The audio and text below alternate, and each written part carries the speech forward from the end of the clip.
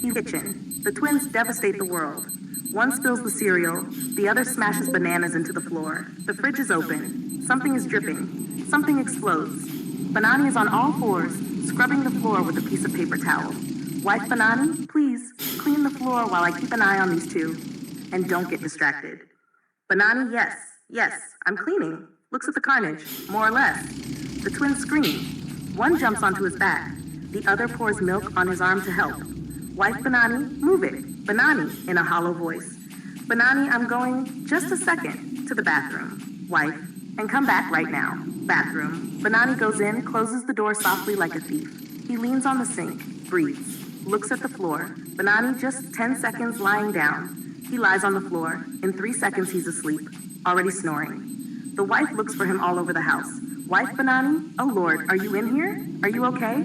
She throws the door open. Banani barely flinches but keeps snoring. One of the twins comes in, giggling. He sees the shower knob, turns it. Ice cold shower. Banani springs to life like a fish thrown into a bucket of ice. Banani, ow, what the? Wife, good. Maybe now you'll remember you've got a family that's been awake for 3 nights. Banani, shaking. Banani, I was, checking the humidity. Wife, of course. Face on the floor. Brilliant. We'll deal with you later. Igor arrives with his usual natural disaster timing. Igor, next time you play the stock market, rethink your choices. Banani, and why?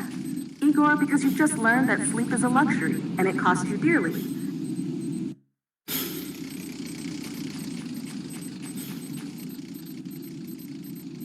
Ecco una gag in inglese, nello stesso tono secolo visivo che usi di solito. Night. Street outside the company party. Banani is slightly drunk, tie loose, voice too loud.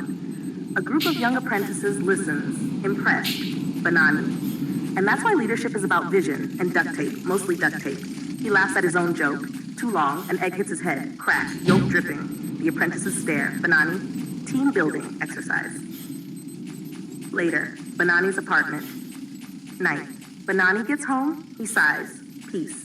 Then, voices. Loud laughter. Outside the bar under his building, a group of people is shouting. Banani looks out the window, sees them. He opens the fridge, a carton of eggs. Banani, science. He throws one, miss. Throws another, miss. Third egg, direct hit. Not on the group. On a huge guy walking by, silence. The huge guy slowly looks up, egg dripping from his head. He looks at the building, counts the windows, locks eyes with Banani. Banani's apartment. Doorbell. A heavy, calm knock. Banani panics. He runs, opens the wardrobe, gets inside, closes it. The knocking continues. Huge guy, open up. Banani holds his breath. More knocking, longer pauses. Finally, silence. Banani waits. 10 seconds. 20. He smiles, relieved. The wardrobe door creaks. Banani freezes. Beep. Nothing. He exhales. Leadership is also about a final massive knock. Banani curls into a ball. Cut.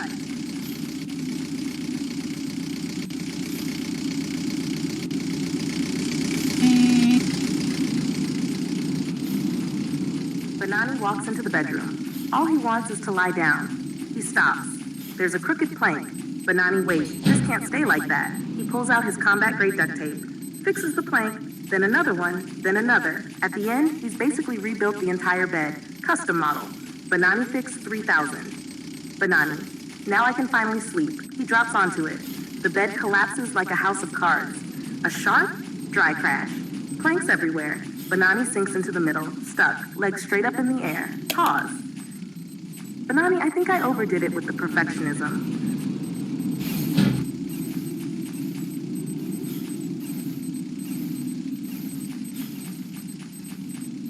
Banani is walking down the nasal corridor. He takes off his glasses to clean them. They slip. Crack. Uh-oh. He sits on the floor, pulls an embarrassing amount of duct tape out of his cargo pocket. Ravioli looks at him. But how much stuff do you keep in there? Ah, Banani's first aid kit. For objects only, never for people.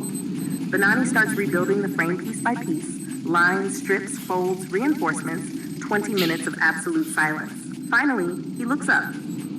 Perfect. They really are. A faithful replica of his glasses. With just one difference. They're made entirely of transparent tape. And they have that unsettling plastic shine. Papaia arrives and freezes. Ah, did you get new glasses? Yes. Sustainable self-production. Ravioli looks at them from the side, squinting. Doesn't everything look sticky? Igor, voiceover? Of course it looks sticky, but he'll never admit it. He's the only man who can combine advanced technology and discount stationery. Banani smiles proudly, then his glasses slowly start sticking to his hair. Minor manufacturing defect. Well, for tape, they're holding up too well.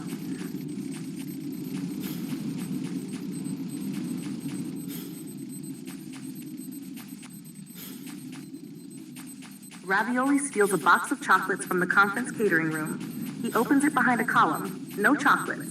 Just bundles of Australian dollars stacked like wafers. Ravioli sighs. Ravioli, what bad luck. I wanted the rum filling. They stuff the money into one of Papaya's old suitcases and take the return flight. At a European airport, officers stop them. The suitcase pops open. The dollars burst out like sad confetti. Officer, what are you doing with all these Australian dollars if you live in Europe? Igor runs a hand through his hair. Oh, nothing. We collect currencies we'll never use. It's a hobby for brilliant people like us.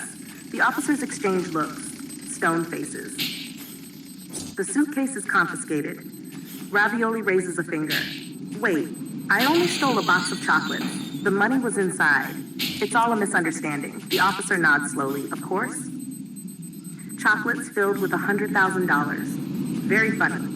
All right, everyone is under arrest. They arrest them. Months pass. Trials, paperwork, bureaucracy, an interpreter who keeps confusing ravioli with rivalry. In the end, the misunderstanding is cleared up. They are released. Outside the prison, Igor squints against the light. Igor, with ravioli, even a box of chocolates is a weapon of mass destruction. Ravioli looks at the ground. I just wanted to eat something. Papaia pats him on the shoulder. Banani shakes his head, as if this were all perfectly normal.